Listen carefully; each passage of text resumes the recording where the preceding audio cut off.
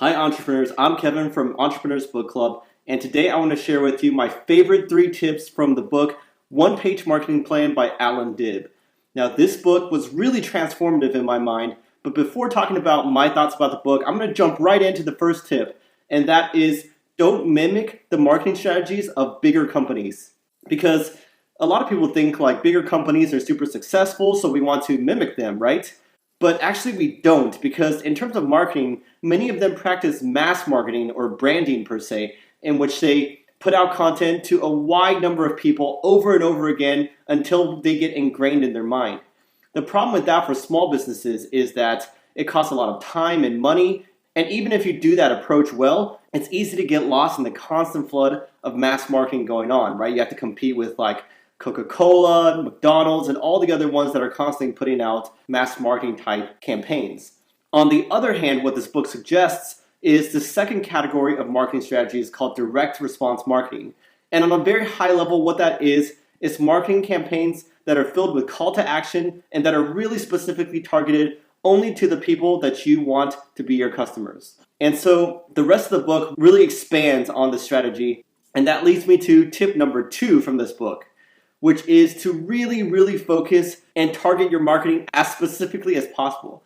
Let me just give you one easy example from the book to think about.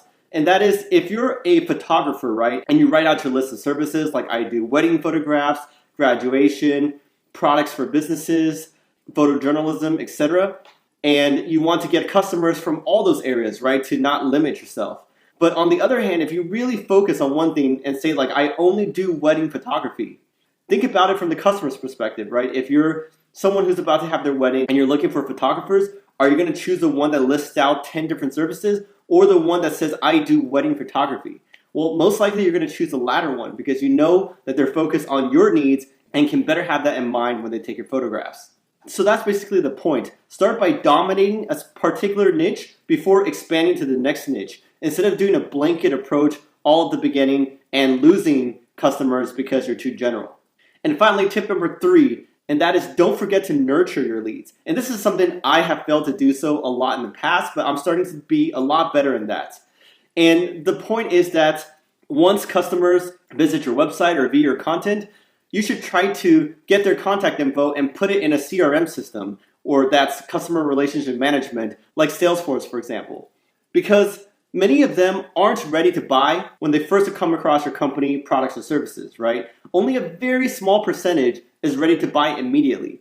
Other times they may not be ready, they may need to come back later, but instead of pretty much forcing them to remember from memory that your company exists and offer that particular product or service, instead you should keep them in your system and send out drip reminders, like send them value-adding blog posts, newsletters, videos, explainers, etc. to add value, build a relationship, get them to trust you so that you're not just pestering them saying like buy now, buy now, buy now with constant barrage of emails. Instead, you're adding value, not asking for anything in return. And once they trust you and have built a relationship with you, once they're ready to buy, they'll be much more likely to buy from you than if you just either never followed up with them again and only expected them to remember themselves, or just constantly barrage them with emails to buy. This way you'll be looked to as a trusted advisor instead of as a pestering salesperson.